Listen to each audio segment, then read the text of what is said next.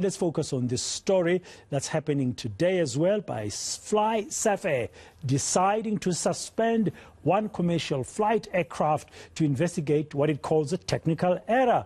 Follows two flight diversions on the 30th of March and the 5th of April. That was about 2 days ago. The airline says it's working with the Civil Aviation Authority to determine the cause. What exactly is going on here? Let's find out from FlySAFair's Chief Marketing Officer, Kirby Gordon. Kirby, what's happening here?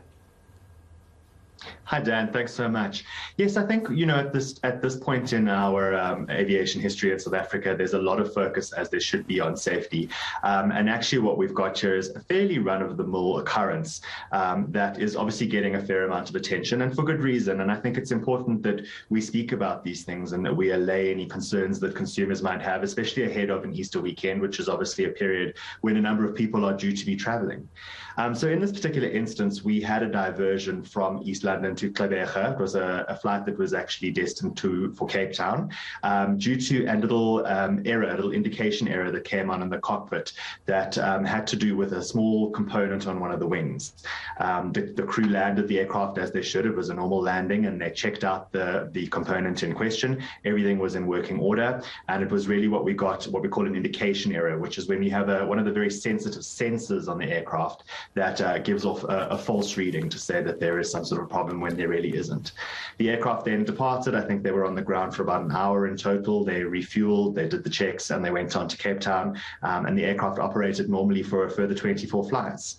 And then it just so happened that on the 5th, on exactly the same routing, on exactly the same flight number, when the crew departed East London, they had the same error again. And so yet again, obviously in the interests of safety, they landed the aircraft to take a look at what they could see. And yet again, there was nothing that they could actually see that was particularly obvious in terms of all the normal standard checks they run on the ground. But we decided that this time around, we would rather, because it had been the second time that we'd seen this, we would rather actually replace that aircraft with another. So we took a delay and brought down an aircraft from Johannesburg to take the people onto Cape Town. And we've had that aircraft up here in Joburg undergoing repairs. They have since found a small issue with the aircraft, which has been repaired. It did a test flight this morning. Everything looks fantastic. So our maintenance team have actually signed out that aircraft, but we're awaiting, as with all of these things, we keep very close tabs with the South African Civil Aviation Authority, and we're waiting for them to give us the thumbs up before we release it to service. Kirby, I hear you saying they found a small issue. Can you just elaborate, please?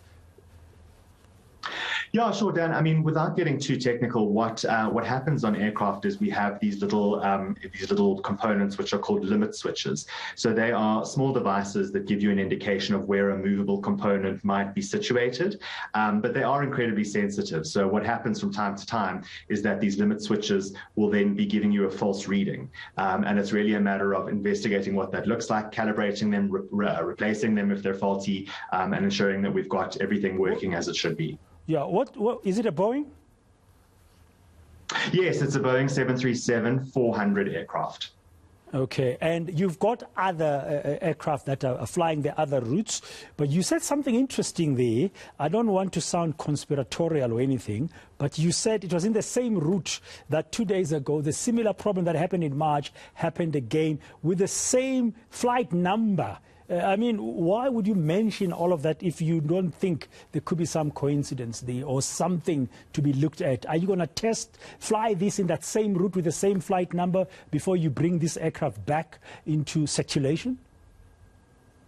Dan, I don't think it is really of particular significance that it happened on that particular flight number. You know, an aircraft is based at a certain position, and this one happens to live in Cape Town ordinarily, and then it would run through certain routings that it would operate on the regular basis. So it's not unlikely that you'll find the same tail number, as we call it, operating along the same route. So whilst it did 24 flights, I'd have to check the specific stats, but it's quite likely quite a number of those flights were on the same flight number along the same route. It's just how the schedule's deployed. It just happened. But what we want to assure your passengers or customers who will use FlySAFair, especially ahead of the Easter weekend, as you pointed out, is that you are doing everything to make sure that this particular aircraft is safe and good to fly normally, and that you're working with the Civil Aviation Authority. Dan, yes, absolutely. And I think beyond that, actually, I think what is important as a member of the industry of tourism in South Africa and, of course, of aviation is to assure people out there in the general public that we have a fantastic regulator that is very active in terms of monitoring aviation safety and regulating us as operators. And I think it's important that we hear that there are things happening and that our Civil Aviation Authority is active in doing things. That's a sign of a good, healthy safety society, of a good, healthy safety practice in aviation. And South Africa as a country and ours as a regulator has a fantastic track record. And so it really shouldn't be something that makes people feel uncomfortable. Quite to the contrary, when you see operators and when you see an authority taking such minor issues so seriously, it should be giving us confidence. Okay, so when do you expect the aircraft back in the skies? Dan, it probably won't fly any commercial flights today just because we have hauled it off of the schedule for today. But if the clearance comes through in the next little while from the Civil Aviation Authority, it's very likely that it'll be back on schedule tomorrow. Will you let us know, like you've communicated so well, when you stopped it from flying while you were fixing it? Of course, absolutely. Okay, finally, Kirby, I can't let you go. As you were talking there, a thought came into my mind right now. And I know we were talking about this particular aircraft. There was that small matter when Comair's flights were grounded. There was a concern that FlySAFair that was still flying, you hiked your prices so high that the Competition Commission was concerned. You told this channel at the time that you were going to be engaging as FlySAFair with the Competition Commission to clarify that you were not taking advantage of that situation where for 5 days Comair, that's Kulula and British Airways, your competitors, were not flying, to hike prices beyond reason or beyond whatever is expected. Has that matter now been resolved? Have you been to the Competition Commission? Have you clarified what happened, or is that matter still ongoing? Dan, I believe it is largely clarified. I mean, I think it would be best to actually speak to the Competition Commission directly in terms of their views on it. We did have a couple of engagements. Unfortunately, we didn't get the opportunity to meet face to face at the end of the day. That was called off on their part. But as I understand it, they did a pretty thorough investigation into what was going on, and as I understand it, were quite satisfied. But of course, the best individuals to speak to with regard to that would be them.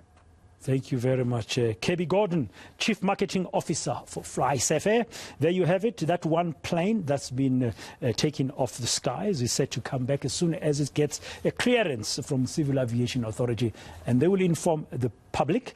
It was an error on a small component on the wing that happened twice. According to him, nothing major, but they had to take all precautions to make sure that it is fixed. Still ahead on